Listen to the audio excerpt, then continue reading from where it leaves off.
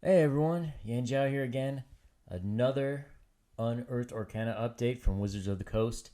Today we have three subclasses: Cleric, Druid, and Wizard.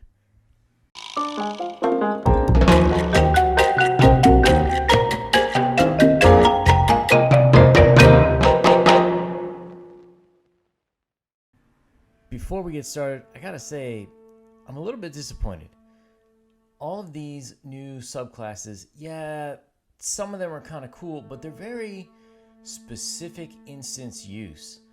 Why would you do that instead of just let players, be creative, have their own sort of take on the thing? I don't know. But this is probably going to be a long one. Let's try to move it through it as fast as possible. So with the Cleric, a new divine domain, the Twilight Domain. The Twilight Domain governs the transition and blending of light into darkness, a time of rest and comfort, but also the threshold between safety and unknown. Okay. Deities of healing and respite, travel transition, blah blah blah blah blah. Twilight Domain spells. First level, Fairy Fire Sleep. Third level, Darkness Invisibility. Alright, pretty cool. Fifth level, Aura of Vitality, Limon's Tiny Hut. Number 7, Aura of Life, Greater Invisibility. And level 9, Circle of Power and Dream. So it's, very much themed, kind of interesting. Now, here's where you get to the good stuff. Of course, you get proficiency with martial weapons and heavy armor, but Eyes of Night, first level Twilight feature. Your eyes are blessed, allowing you to see through the deepest gloom. You have dark vision with no maximum range. You can see in dim light as if it were bright light, and in darkness as if it were dim light. So that's pretty cool. It seems like the only kind of darkness that you really have no defense against is some kind of magical darkness. But if you're in a pitch black cave, well, hey man, you see that as if it were dim light. That's a pretty cool feature, especially starting at level 1. As an action, you can magically give the benefit of this feature to any number of creatures you can see within 10 feet of you. The shared benefit lasts for 10 minutes. You can extend this benefit a number of times equal to your wisdom modifier, a minimum of once. And you regain all expended uses when you finish a long rest. So we're talking 50 minutes or 1 hour's worth of a university level class. You can let pretty much everyone in your party see in the dark. That's kind of cool, although as a DM, do I really want you breaking the game in terms of being able to see what you shouldn't be able to see in the dark? I don't know. So also level 1, Vigilant Blessing. As an action, you can give one creature you touch advantage on the next initiative roll this creature makes. This benefit ends immediately after the roll, or if you use this feature again. That's pretty cool too. Pretty darn useful, especially at level 1. Let's see. Twilight Sanctuary. You can use your channel divinity to refresh your allies with soothing twilight. As an action, you present your holy symbol, and a sphere of twilight emanates around you. Let's see, 30 feet, filled with dim light. Sphere moves with you, lasts for 1 minute or until you are incapacitated or die. Whenever a creature ends its turn in the sphere, you get to choose one of these benefits. Give it 1d8 temporary hit points, or end one effect causing it to be charmed or frightened. Okay, so the 1d8 temporary hit points, it's okay. It's pretty nice at lower levels, but dang, and one effect causing it to be charmed or frightened? That's good right up to level 20. Alright, Steps of the Brave. You draw strength from your connection to the twilight, blah blah blah. You have advantage on saving throws against being frightened. If you are in dim light or darkness, you can use your bonus action to magically give yourself a flying speed equal to your walking speed until the end of the next turn. This class is looking a little OP, I think. If I were the DM and a character wanted to play this, I don't know, I'd have to put some hard limits on this. Level 8, Divine Strike. On each of your turns, when you hit a creature with a weapon attack, you can cause the attack to deal an extra 1d8 of psychic damage. When you reach 14th level, it increases to 2d8. Midnight Shroud. You can harness the power of night to protect your allies and your foes. Whenever you cast the darkness spell using a spell slot, you can choose a number of creatures that you can see, including yourself, equal to your wisdom modifier, minimum of 1. The chosen creatures can see through the darkness.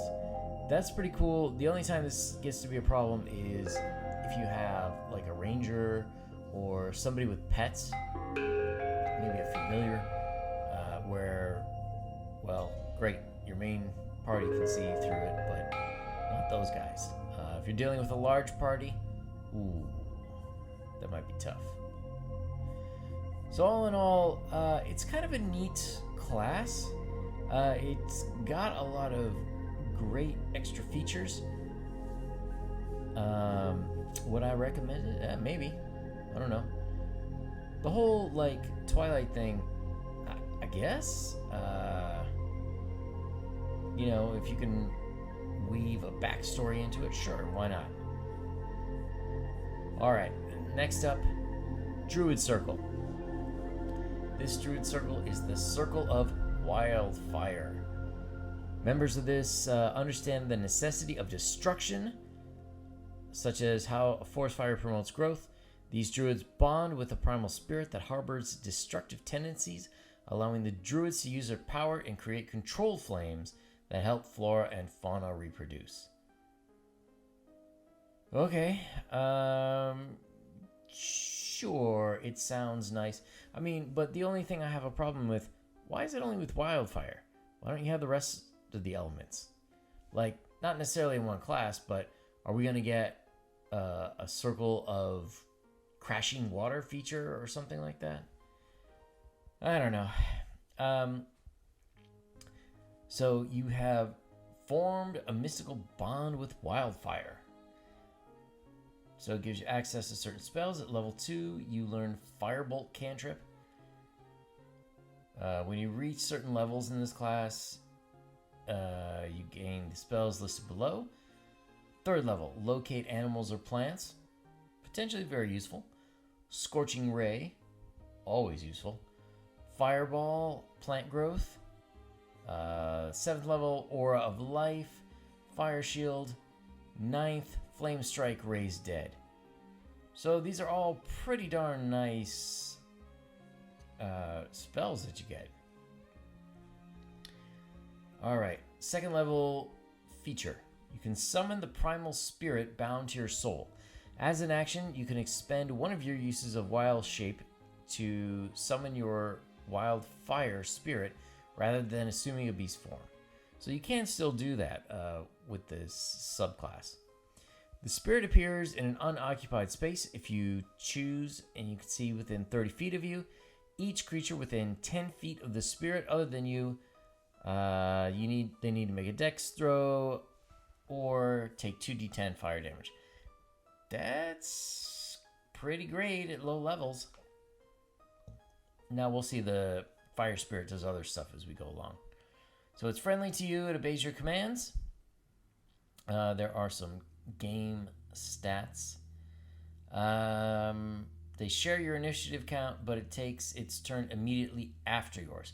The only action it takes on its turn is the dodge action unless you take a bonus action to command it to take one of the other actions, dash, disengage, help, hide, blah, blah, blah.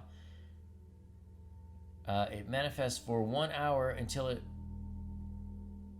reduces... Oh, sorry. The Wildfire Spirit manifests for 1 hour until it is reduced to 0 hit points or until you use Wild Shape again.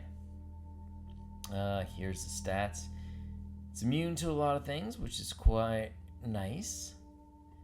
It has dark vision. Why would it need dark vision if it's a fire? Wouldn't it make its own light? Okay, so it understands what you speak. Soul Bond. The following numbers increase by 1 when your proficiency bonus increases by 1. The spirit's skill and saving throw bonuses. So basically it levels with you. Alright, so actions. Flame Seed. It's a ranged weapon. So you're setting something on fire. Fiery Teleportation. The spirit and each willing creature of your choice within 5 feet of it teleport up to 30 feet to unoccupied space you can see. Each creature within 10 feet of the space that the spirit left must succeed on a dexterity saving throw against your spell DC or take 1d6 plus 2 fire damage. This seems pretty situational, but I can definitely see a lot of combats where if you're getting surrounded, let them get in close, teleport out behind them, and let them take all that damage.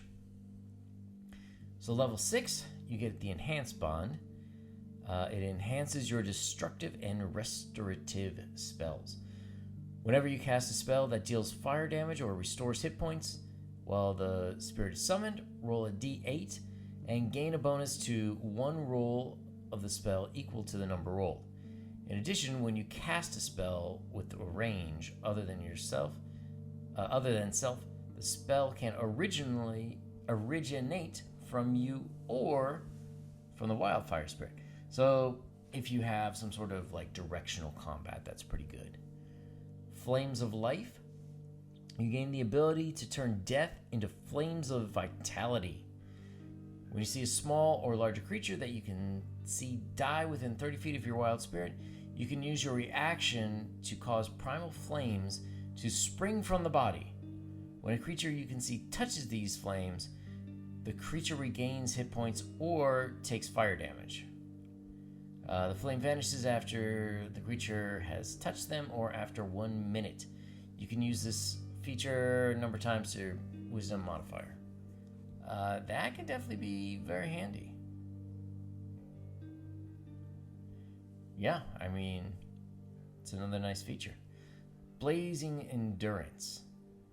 The bond with your wildfire spirit is exceptionally strong. Even fatal blows only fuel your defiance. If you drop to 0 hit points and you don't die outright, you drop to 1 hit point instead and gain temporary hit points equal to 5 times your druid level.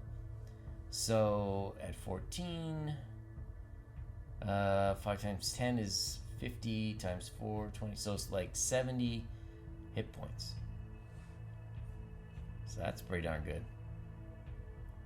And each creature of your choice within 30 feet of you that you can see takes fire damage equal to 2d10 plus your druid level.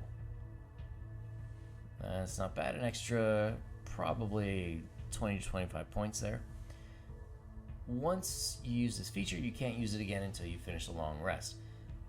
Well, this is obviously a great feature for keeping yourself alive at higher levels. The extra flame attack at a level 14, it's not bad, it's handy, but it's not going to be a game changer. Is this worth it? Yeah, maybe. I can see people who maybe would want to, I don't know, play with the elements or something and would find this interesting. I don't know exactly, since a lot of people who seem to play druids are really more interested in the shape-shifting, becoming animal, or, more nature. I guess this is really a subset of nature, so I can see how people would be happy with this. Alright, last one, a new Arcane tradition. This is Onomancy. Okay, anyone who's read, I think it's The Name of the Wind by Patrick Rothfuss, Like, did Patrick Rothfuss actually make this subclass? Because, my God, if the nothing else, like, this is a complete ripoff of a character. This is perhaps worse than Lurker in the Deep, just made for people to play forward from Critical Role. But we'll go through this. Alright.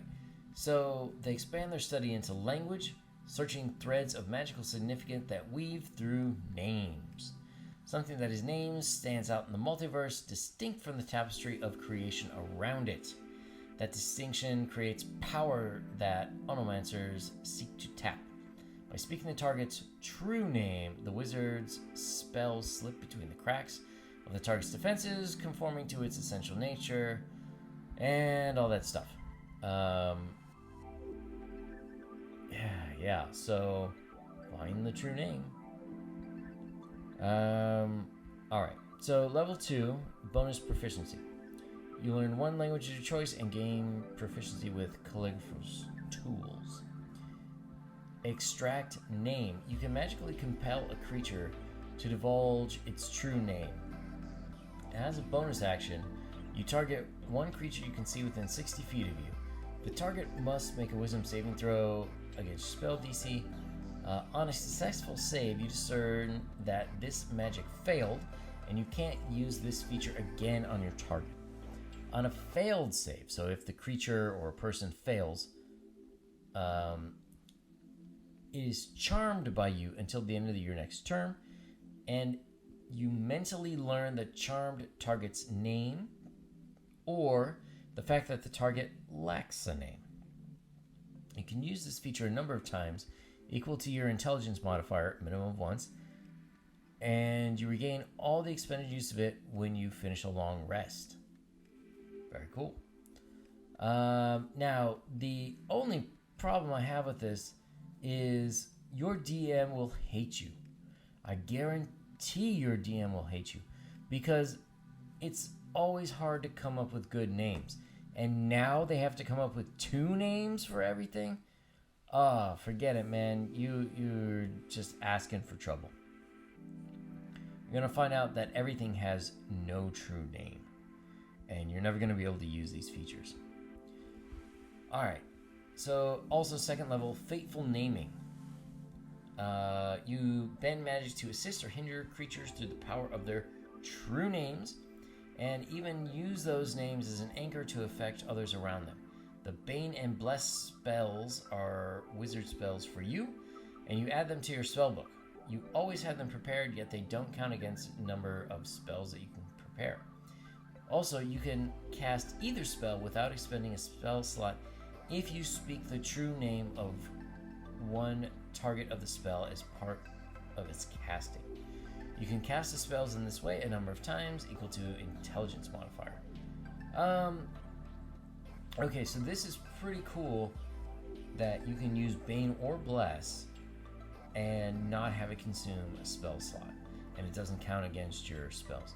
It's great, except again, it requires you to learn the true name of an enemy, which I don't know why any DM would ever make that easy. Now, you could bless a party member if they tell you your true name, but then you're saying their true name in front of all these enemies.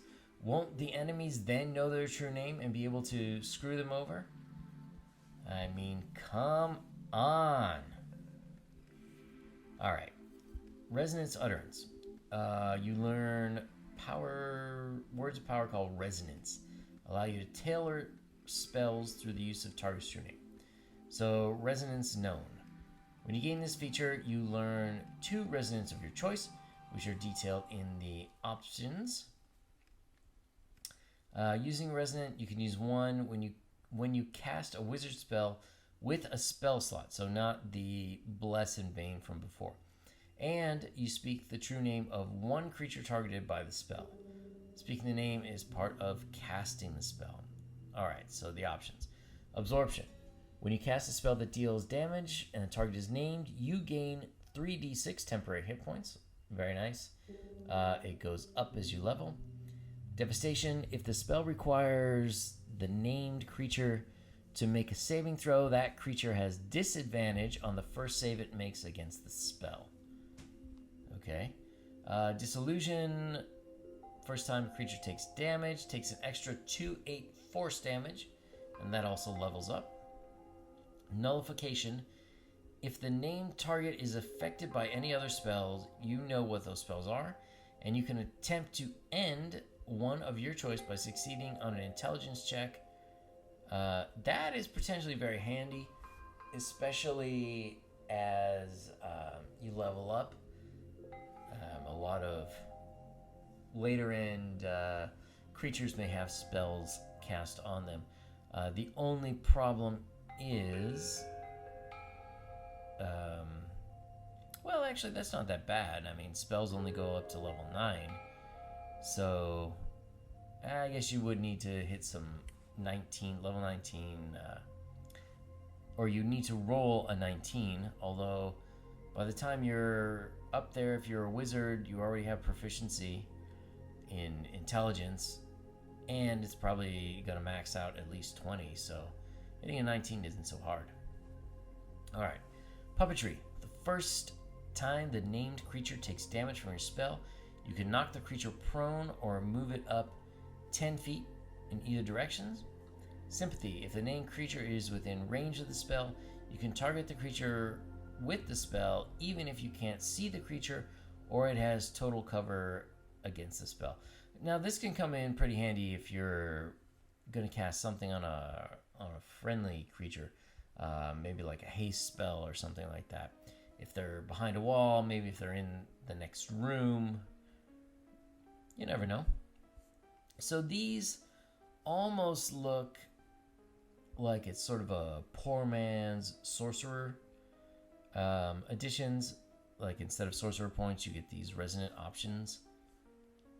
I don't know.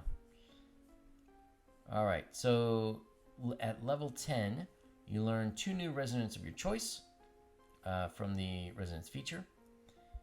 Relentless naming, level 14. Once you have learned how to bypass the name of a named creature's defenses against certain types of damage. When you cast a spell that deals damage to the creature, whose true name you speak as part of the casting, you can cause the spell to deal force or psychic damage to the creature instead of the spell's normal damage. Now that psychic damage is pretty darn handy because not very many things have resistance to psychic damage, whereas let's say, I don't know, you're fighting fire elementals or a red dragon or something, it's going to be resistant to all your fireball spells, but if you can do that damage as psychic instead, that's nice. So there we have it. 3 new subclasses.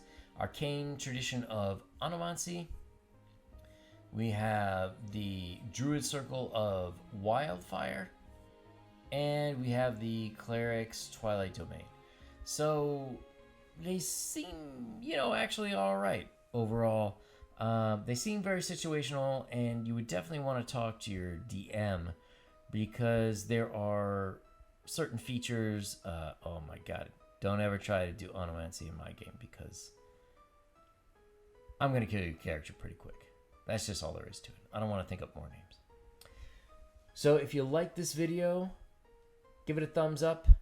Tell me, what do you think about these 3 new subclasses from Wizards of the Coast? Are they going overboard with the subclasses, or is this a handy thing for you to play? And if you like the channel, please subscribe.